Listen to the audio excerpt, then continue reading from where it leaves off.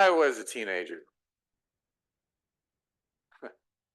You got to be careful when you start out with when I was a teenager. But I went with a friend to an event that was being held at his church. It was geared toward impressionable youth, and it featured a group of big bodybuilder type guys who performed amazing feats of strength. Turns out these muscle bound gentlemen toured all around the country, and they were called the Power Team. And their act included a lot of loud rock and roll music, and they had very long hair, and they wore spandex. They sort of resembled professional wrestlers as they strutted around the stage, huge rippling muscles on top of muscles. And the leader of the group introduced one guy who could break apart big pieces of wood with his bare fist, another guy who broke through blocks of ice stacked on top of each other, each block of ice about the size of a small microwave oven. And he did this using his forehead. There was another guy who was more like the circus performer who bent steel rods with his arms while holding them in his teeth. And then another who lifted tremendous weights over his head. And another one's specialty was breaking cinder blocks with karate chops. With all this dramatic breaking and beating and twitching going on, they got all sweaty and they tore their shirts open and posed and grunted and groaned. And I guess we were impressed with that. But then the lights down and the music suddenly became softer, very intense.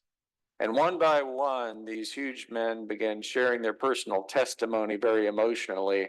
And they said that the reason they could perform these amazing feats of strength was because they had enough faith to do so. Although it appeared to me that their faith development program had probably involved popping a few too many steroids, they proclaimed that all of those big inanimate objects they were busting up and bending and breaking and lifting were analogous to obstacles to faith. Those solid objects represented all kinds of sin and temptation. But their faith had made them big and strong and powerful enough to overcome those obstacles. The thing was, it only worked if you had enough faith. So then they asked the crowd to pray for and to cheer on one of the members of the Power Team as he attempted to do something that they claimed had never been tried before in all their time of touring the country. But on that very night, because he was especially filled with the Spirit and because we were such an incredible audience, he would try to break through not 4, but 5 solid blocks of ice. But he could only do with his head. But he could only do this if only we, as an audience, had enough faith that he could do it. Only then, by our earnest righteousness, would he have enough faith and enough power.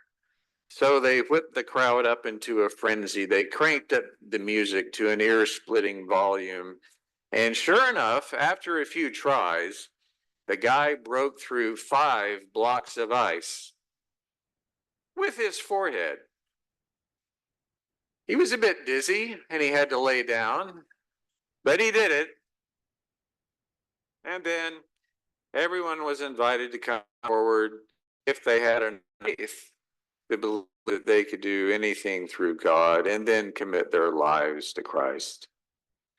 So as several young people went forward, a friend and I, we headed for the exit.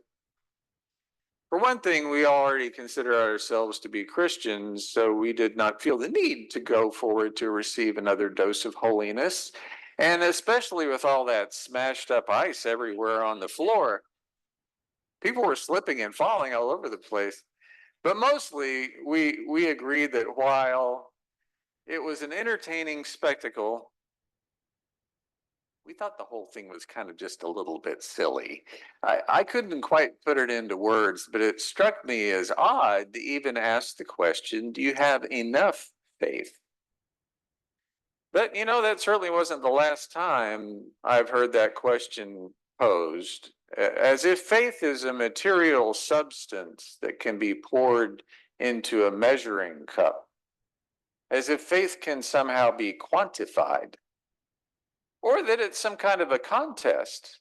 Let's say the winner of a 100-yard dash has more faith than the person who came in second. A similar and maybe more important question has also come up frequently. Where does faith come from in the first place? Is faith a thing that we produce? Is it a possession that we hold on to, that we generate, or is it provided for us? Now, I'm not saying today that I have any cut and dried answer to that question, but I think it's worth exploring how we think about faith. We can tend to look at faith as if it is a thing that we own, that we generate, that we produce, because in our culture, we're very oriented toward a market economy and cause and effect results. If you have more of something, that means you have more to show for it, right? So if you have more money than most people, you may have a bigger house and a fancier car.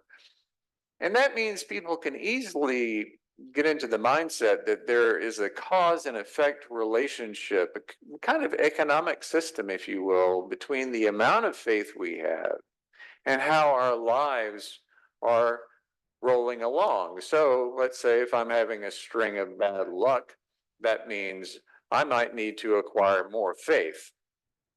On the other hand, if everything is going my way, I can attribute that to having plenty of faith or being a faithful enough person. I don't know how many times I have been driving along, and if I have hit a string of green traffic lights,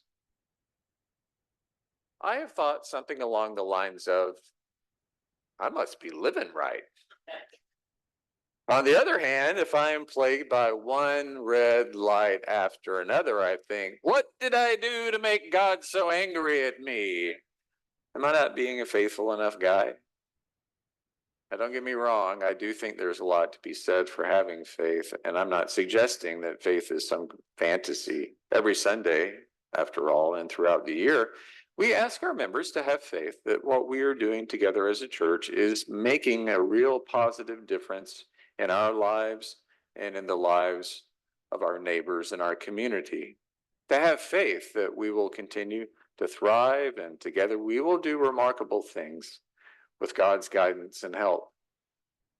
Faith that God loves us and everyone unconditionally, and that we are called to express and to share that faith in everything that we do and say.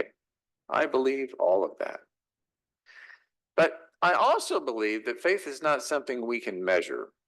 And I do not believe that it's any kind of contest. And faith is definitely not something that's intended to prove anything, like if we can break big blocks of ice with our foreheads or anything else for that matter.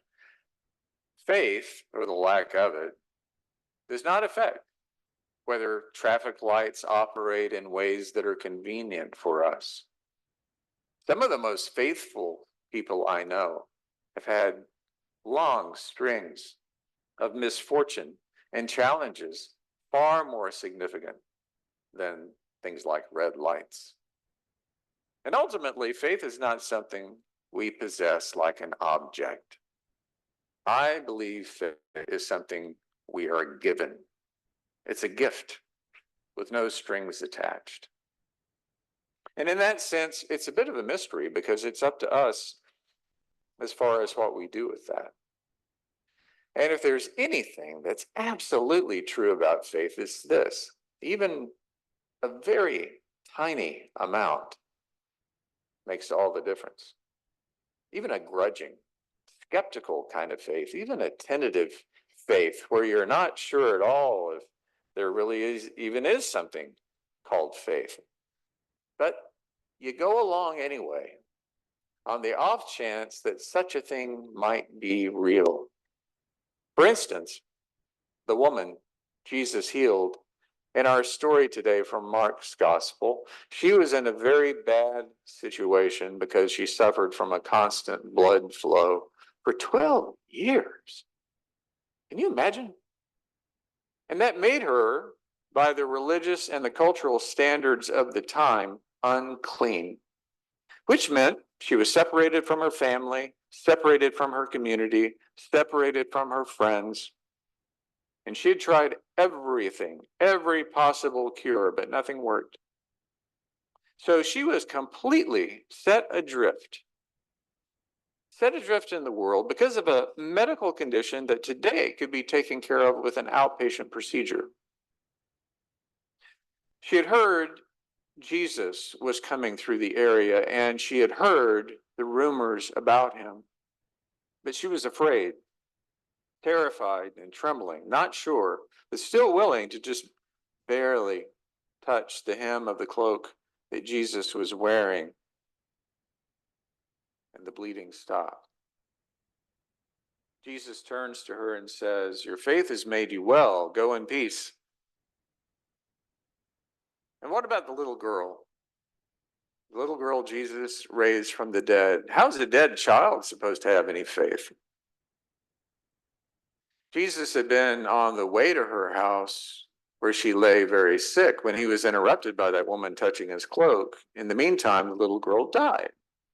So when Jesus arrived, her father's worst fear had already come true. Too late to do anything. What does Jesus say to him? Do not fear, only believe. Now, that's not what you say to someone who has a ton of faith. It's what you say to someone whose faith has drained away from them through the cracks of their broken heart. Jesus is where the little girl is lying, dead, and says, "Little girl, get up." Which she promptly does and starts walking around just like she woke up from a nap. In both of those stories and many more, it's well worth pointing out that the people who were healed, or the people who had the biggest stake in the healing, they were not exactly strutting around, bragging about how much faith they had, that it was huge. No, they only had a little faith, if any faith at all. Their faith in themselves and their faith in God beaten and drained out of them by life. If faith is supposed to look like a thick, strong rope, their faith was just a slender thread, if anything. But the thing is, it was enough. Because the sacred presence of the universe that you and I call God provided that faith for them. Anthony Robertson, he is a United Church of Christ minister who is a church leadership consultant. And he tells a story about visiting a once prominent church, a church that for decades had been known far and wide as the home of great preachers and a center of great social causes. But like a lot of churches, this one had declined in recent decades. And when Anthony arrived to lead a workshop there one day, he was met by an officer of the church who gave Anthony a tour of the place.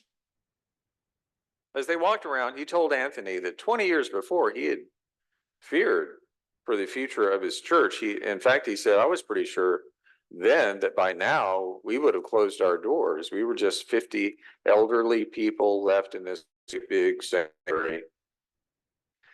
Then he brightened up. He said, but something happened. We're experiencing a kind of renewal here. Really, Anthony said. That's wonderful. The man said, yes, these days we have 400 or 500 people in church. We have new ministries out in the community. We're seeing new people, young and old, rich and poor, gay and straight. So Anthony asked, well, how do you explain all that?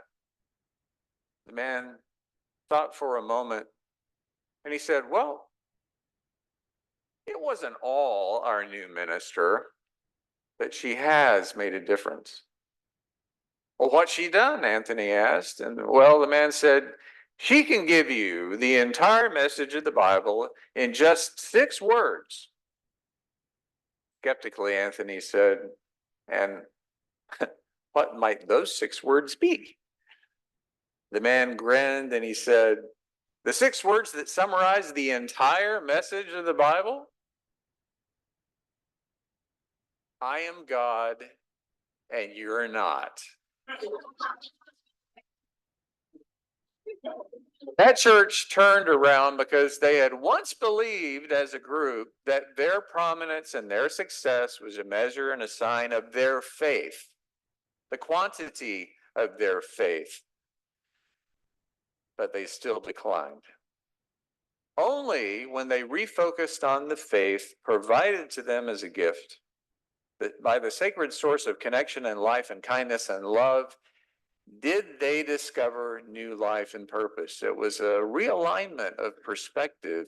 It's not that they were now free of responsibility or free of needing to put forth any effort. No, the opposite was actually true. It's that they now understood their responsibility effort was an outcome of their faith, a manifestation of that gift, a response to that gift. It's that they understood that their healing and transformation to a new way of being in the world, a new way of thinking about their purpose in life as a church, as a collection of friends who called themselves a beloved community, that was part of something much larger than themselves, something mysterious, but still very, very real. And when they acknowledged that, when they affirmed that they were the instruments of hope, peace, joy, and love, shared freely among one another, and shared generously with their neighbors and their community, and that they were not responsible to have a quantity of faith to make that happen, that they were just open to be the recipients and be the people who shared what they had received, that's when they thrived. Now, another way of thinking about that is the difference between, as a group, having a mindset of scarcity on the one hand, and on the other hand, a mindset of plenty. People with a scarcity mindset view the world in terms of limited resources. There's only so much to go around. And that lends itself to believing that if you only have enough faith or enough money or enough human resources, only then can you really accomplish anything. In contrast, mindset of plenty already assumes that there is more than enough to go around, because we're not in charge of how much hope, peace, joy, and love there is in the universe, are we? In fact, it's not our prerogative to measure or place any limits on those things. In other words, it's acknowledging those 6 words. I am God and you're not. So if we operate with the assumption that the creative, loving force of the universe provides us with hope, peace, joy, and love, and that those resources, those things are absolutely unlimited, and that we are merely the instruments of making those things real in the world, that is absolute freedom from ever thinking we don't have enough or that we're not enough. Because, oh, yes, we are. And we are. We are, not because of any quantity of faith we may have in God, but because of the unlimited faith that God has in you and me. If that's true for whole congregations, if it's true for us collectively, it's also true for each of us individually and for our neighbors. Our only job is to believe that, to have even a little faith that the sacred loving power flowing through space and time has faith in you and me. And that faith, made real through our hands and feet and voices and outstretched arms, made real through collecting a room full of food, That faith can heal a broken heart. That faith can and will feed the hungry. That faith can welcome the stranger. That faith can create a safe space of belonging and hope and meaning and purpose in a time and a place where those things are really needed. That's what we're called to do here together. The good news is, it's not something that we are responsible for creating, because it has already been created. And it's readily available to receive if we awaken to it. It's not something we can measure on a scale, because the last time I checked, infinity cannot be measured. But even that crazy infinite amount of faith is inside. It is in each and every one of us, just waiting to be set free and shared and put to work to help our world be kinder, wiser, and more compassionate.